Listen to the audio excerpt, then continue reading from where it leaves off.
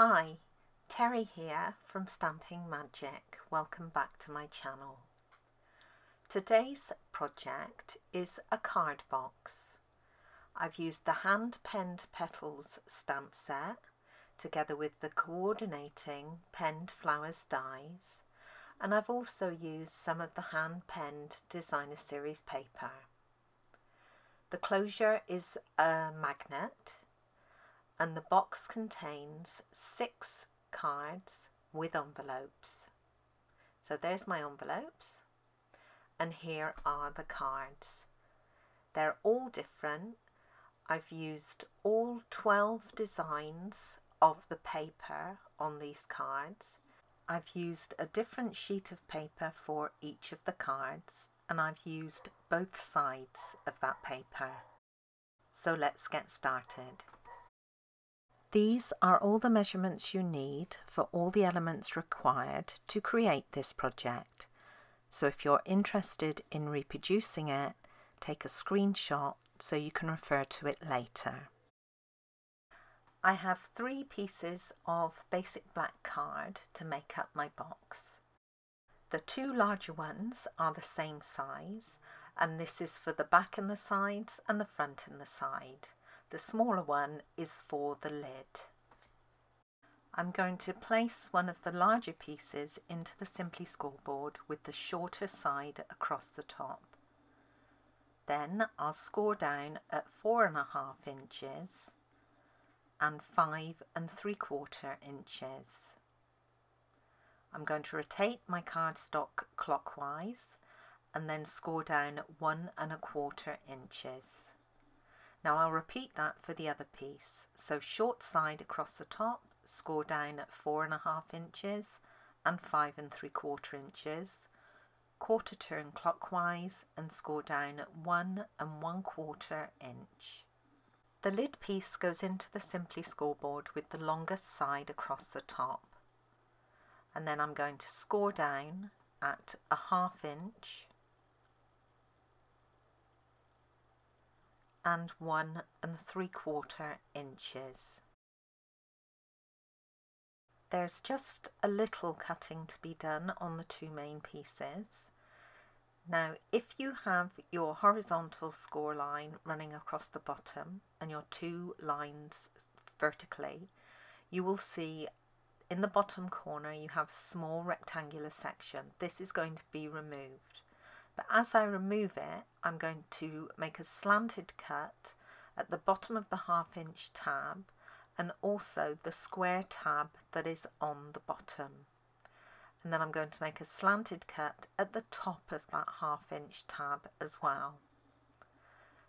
Next, I'll make a straight cut up against the rectangular tab along the bottom and then a slanted cut into the square tab. So this is what the piece will look like. I'll now repeat that for the other piece. So I'm going to remove the corner section along the bottom, slant cut the top and the bottom of the 1/2 inch tab, and also slant cut the sides of the little square tab. On the lid section, you just need to slant cut either end of the 1/2 inch tab. In a minute, I will be die cutting a decorative edge to the front section of this lid, and I'm going to use the border die in the Scalloped Contours die set for this because the scallops are nice and large. Now, if you haven't got that set, you can use the border die from the Penned Flowers die set. This has much smaller scallops, but it will do the same job. Before I die cut the edge, I'm going to add my Designer Series paper. Now, when you add the paper, note if there is a one-way design, and if there is, make sure you've got the paper up the right way. Okay, this is how it will sit. Whatever you do, put your paper on upside down. It's easily done. My pattern paper does not have a pattern orientation, so it doesn't matter. And I'm just going to add glue and position it onto the front piece of my lid. Now this paper will be exactly the same size as the front lid section. To help me centre the die across the bottom edge of my lid, I'm going to mark the centre point. So the lid measures 4.5 inches, so you want to make a mark at 2.25.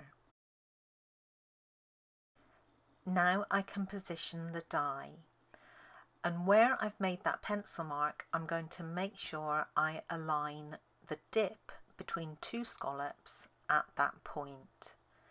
The top of each of the scallops will just be touching the top or the bottom edge of the lid section. Then I'm going to secure it with washi tape right on the edge. I don't want to put it on the back end because it may tear the paper when I remove it in a minute. And now I'll run it through my die cutting machine. Now I will just run it past the die and then I will run it back out again. You don't want to run it all the way through because your plates can mark the paper. And this is how it looks once it's been run through. That scallop edge with the stitching detail is beautiful. I can now go ahead and fold on all the scored lines and then burnish them with my bone folder.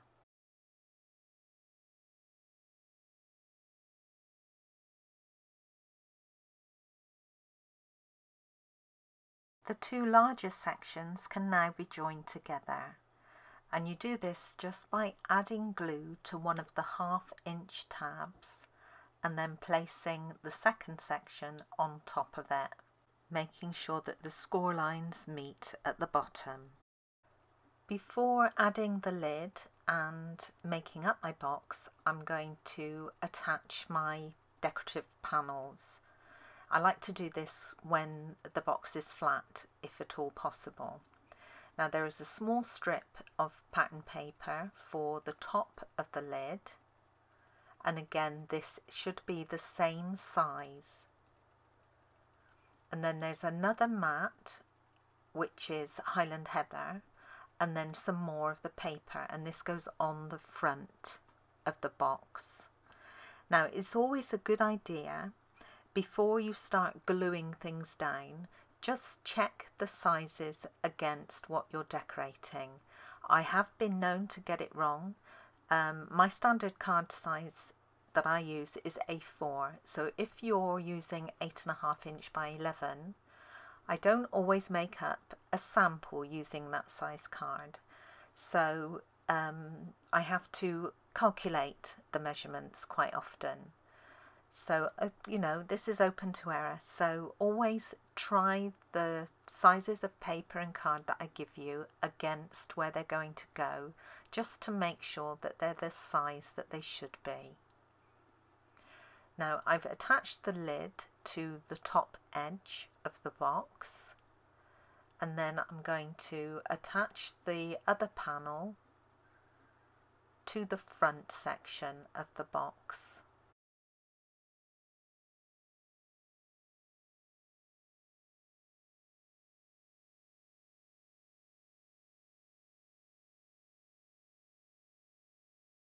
To join the box together, all I need to do is add glue to the remaining 1/2 inch tab, and then I can close the opposite edge on top of it, making sure that bottom score line runs directly across so it lines up. Now to make the bottom of the box, you want to fold the tab in that is attached to the back of the box. You want to fold that in first and then add glue to the remaining 3 tabs. Fold the sides in and then the front tab, and this will give you a nice clean edge on the bottom of the front.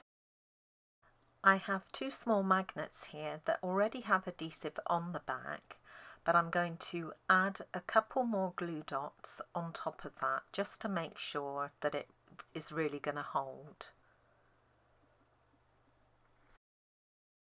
Now I'm going to position the first magnet onto the bottom edge of the lid in the center, and give it a good press down and then place the other magnet on top of it. I'll then close the lid, which will attach that second magnet, and then I can give that a good press down. This is the Hand-Penned Petals Stamp Set, and I'm using this main image today and some of the other smaller images to colour in the main image. I'll be using Memento Tuxedo black ink to stamp my image today, and then to colour it in I'm using Highland Heather and Daffodil Delight for the flowers and Mint Macaron for the leaves.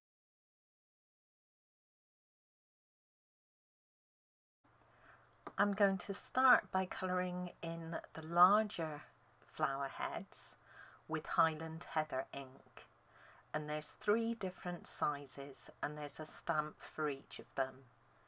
Now these stamps do not line up precisely, they just give a watercolour sort of wash effect, so you can't go wrong really.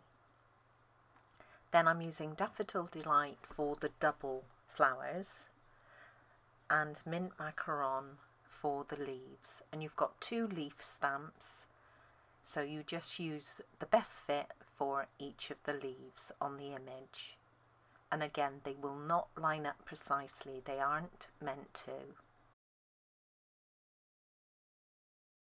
And once fully coloured I'll cut this out using the outline die from the Penned Flowers set. I've already added dimensionals onto the reverse and I've removed all the backings now, so I can position my image, and this is going in the top right corner. I'm using some of our gorgeous scrape sheer ribbon to tie a little bow down at the bottom of the lid. And I use my reverse tweezers just to hold everything in place and keep it tight while I tie the bow. And then I can zhuzh it or prettify it before trimming off the ends.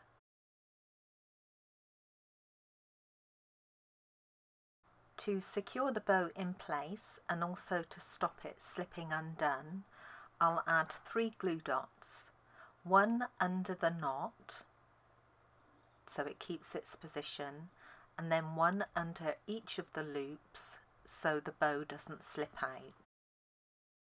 And then as a finishing touch I'm going to add a few of our basic rhinestones around the flower image. So I've added 1 large one and now I'll add 2 further small ones. And that's it, that's my card box complete. Now all I need to do is add my cards and envelopes. There are 6 envelopes and 6 cards, all different and each using a different paper from the Hand-Penned Designer Series paper pack.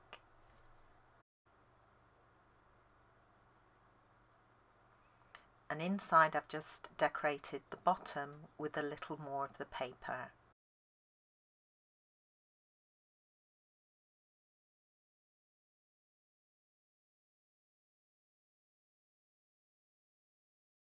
Thank you for joining me today. I hope you enjoyed this project. If you did, please give it a thumbs up and don't forget to subscribe and hit that notifications bell so you don't miss out on any future videos. Bye for now.